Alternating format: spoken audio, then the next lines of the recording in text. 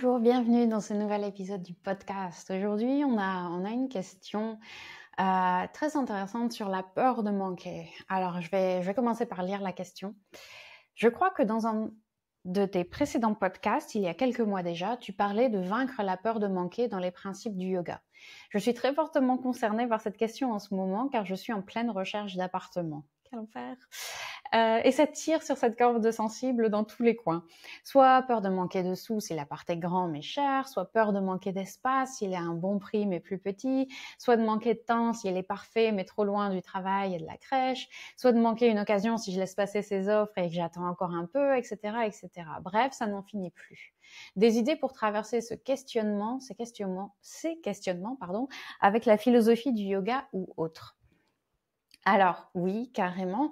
Et je parlais même plus récemment encore de la peur de manquer dans mon podcast drama, trahison et l'épisode que j'avais fait sur une sacrée mésaventure qui m'est arrivée très récemment.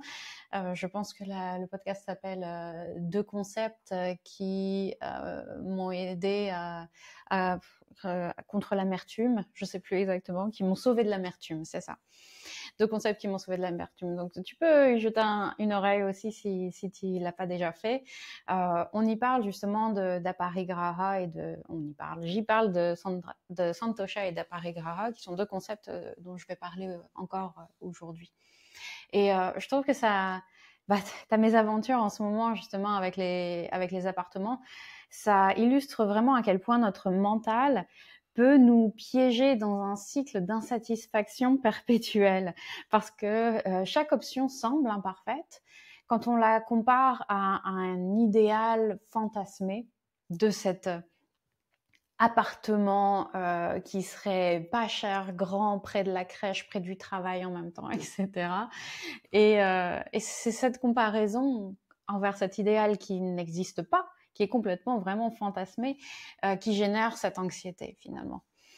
Et le yoga va nous proposer plusieurs approches pour naviguer dans ces turpitude mentale. Donc déjà, comme je disais, la pratique de Santosha, qui est le contentement, la satisfaction, et qui va du coup nous inviter à nous satisfaire de ce qu'on a, mais surtout à reconnaître que la satisfaction ne viendra pas de l'objet parfait, mais de notre capacité à être en paix avec nos choix. Et ça signifie pas accepter n'importe quoi, se jeter sur la première annonce d'appartement qui arrive, pas du tout. Mais c'est surtout de faire un choix conscient depuis un état d'esprit apaisé plutôt que depuis la peur, finalement, la peur de manquer, la peur de pas avoir, de rater cet idéal fantasmé, finalement. Donc, quand on a conscience qu'il n'y a pas d'objet ou d'appartement parfait et que notre choix sera le bon finalement, le choix vers lequel on va se tourner, ce sera un bon choix. Ce sera pas un choix parfait, optimal, voilà, mais ce sera notre choix et ce sera le bon choix. Et tu en feras ta maison de cet appartement en l'occurrence, et que tout ira bien finalement. Et d'avoir cet état d'apaisement interne. Et de faire ton choix, de choisir, voilà, de répondre aux annonces en fonction de ça. Depuis cet espace-là apaisé, ce qui n'est pas évident. Je le conçois tout à fait. Et du coup, la méditation, elle peut t'aider à ce moment-là à observer ces pensées de manque sans t'identifier, en ayant conscience que ces pensées sont là, elles existent, elles passent, telles des nuages à travers le ciel. Et tu peux juste les observer pour le moment et essayer de ne pas t'identifier, donc de ne pas t'engager avec elles dans le sens de ne pas les nourrir en fait en te laissant embarquer en prenant ce train. Pour reprendre l'image du train que j'avais pris il y a quelques épisodes encore, on peut choisir de ne pas s'embarquer dans ce train qui part vers une spirale négative d'anxiété. On peut faire ce choix-là, de rester à la gare en fait, en sécurité. Et la méditation peut aider justement à visualiser ces pensées comme des pensées finalement et à laisser le train partir sans nous. Et quand du coup tu sens l'anxiété monter par rapport à une décision, tu peux te demander qu'est-ce qui est vraiment essentiel pour moi en fait. Pas parfait, mais essentiel. Et l'approche pratique que je t'ai suggérée d'ailleurs personnellement, ça peut être de lister 2-3 critères non négociables pour ton appartement, par exemple. Donc, tu peux décider que ce qui est vraiment super important, plus important que tout le reste, c'est le fait de protéger ton temps. Donc le fait d'avoir un appartement qui est proche de ton lieu de travail ou proche de la crèche ou genre à mi-chemin des deux. Ça pour toi c'est le critère non négociable, quitte à payer un peu plus cher, quitte à avoir un appartement un peu plus petit, quitte à ne pas avoir de baignoire, je sais pas. Ou tu peux décider que non, le critère principal, c'est vraiment l'espace. J'ai envie d'avoir un maximum d'espace, quitte à payer un peu plus cher, quitte à avoir un appartement un peu plus loin de mon travail, etc. Donc, trouver 2-3 critères au maximum, vraiment au maximum, parce que sinon on peut partir un peu dans tous les sens, qui sont vraiment non négociables pour toi. Et d'accepter que tout le reste, ce sera un compromis, ce sera forcément un compromis et que c'est normal parce que l'objet parfait n'existe pas.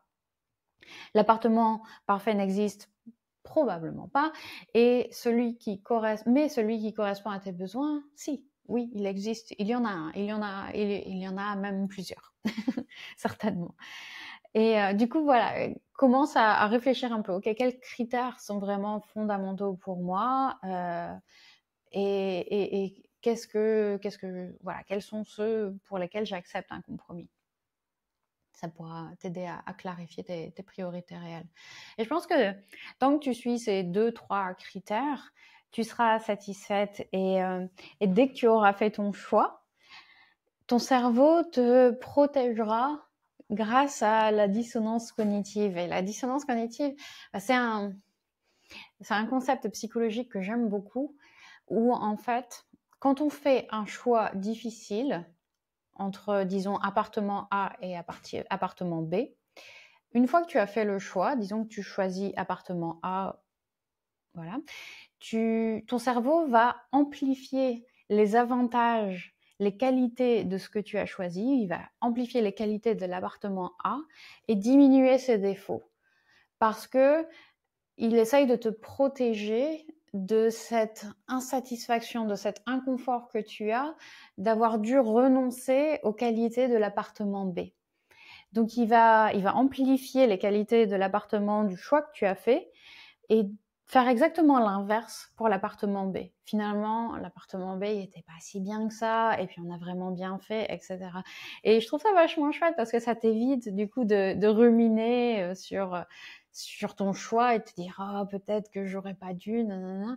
Mais ça nous protège. Après, bon, il y a des aspects plus problématiques à ce processus psychologique qui fait que ça peut un peu nous donner une vision déformée de la réalité. Mais je trouve que dans ce cas-là, c'est plutôt pas mal. Et ça m'est d'ailleurs exactement arrivé il y a un an, il y a pile un an, où je devais choisir, je dis ça comme si j'avais vraiment eu le choix. Mais j'étais en bonne position pour 2 appartements.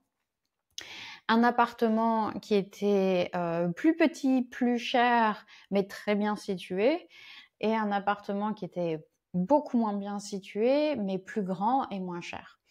Et j'ai eu quelques jours comme ça où j'avais la possibilité de signer pour les deux. Et j'étais dans un dilemme terrible en fait parce que les deux choix étaient bons et les deux choix étaient imparfaits en fait. Donc je savais vraiment pas je ne savais vraiment pas vers où me tourner et finalement j'ai choisi l'appartement qui est mieux situé, plus petit et plus cher. Surtout parce que c'est le premier qui m'a donné un contrat. Mais dès que j'ai choisi, l'appartement B, donc qui était plus grand et moins cher, il est complètement disparu de mon cerveau. En fait, j'ai complètement investi émotionnellement l'appartement que j'avais choisi. Et d'un seul coup, je voyais le joli balcon, je voyais la super situation. Effectivement, il est juste en face du métro. Et je me disais, ah oui, c'est vrai qu'il est pas très grand, mais finalement, est-ce que j'ai besoin de plus d'espace? D'un seul coup, mon cerveau ne voyait plus que ce qui était merveilleux à propos de cet appartement. Et cet autre appartement que j'avais perdu, auquel j'avais renoncé, était, voilà, de toute façon, ouais, c'est vrai, il était grand, mais franchement, le ménage, enfin, plus t'as d'espace, plus il faut nettoyer. Et puis en plus, il était vraiment très loin du métro, etc. Donc, euh, donc le cerveau est une chose merveilleuse, comme on le sait, et en l'occurrence, il te protégera également de ton choix, quel qu'il soit. Donc voilà, donc observe tes pensées d'anxiété. Essaye de t'en détacher, de ne pas t'y identifier. Essaye de continuer à cultiver ce santosha, le fait d'être contente avec ce que tu as. Aparigraha aussi, il me semble pas que j'en ai parlé du coup d'aparigraha, mais le fait de ne pas s'accrocher à cet idéal, à ces critères, voilà, on est aussi en plein dans la philosophie du yoga ici avec ce yama qui est aparigraha, ou qui est le fait de se crisper autour d'une idée, d'un concept, d'un idéal, et de ne pas vouloir le lâcher, alors qu'on peut très bien se contenter d'un appartement qui va respecter ces 2-3 critères que tu vas choisir. Du coup, c'était de voir pour, et ces 2-3 critères qui correspondent vraiment pleinement à tes besoins et qui feront que tu seras satisfaite dans tous les cas, puisque ton cerveau te protégera également grâce à la dissonance cognitive, à la réparation de la dissonance cognitive en tout cas. Voilà, et ben c'est pas mal tout ça. J'espère que ça t'a aidé, j'espère que ça t'aura éclairé, j'espère que ça vous aura éclairé et que vous avez des petites pistes de réflexion pour la prochaine fois que vous avez un choix cornélien à faire. Et voilà, prenez soin de vous. Je vous retrouve la semaine prochaine avec un autre épisode du podcast. Ciao, ciao.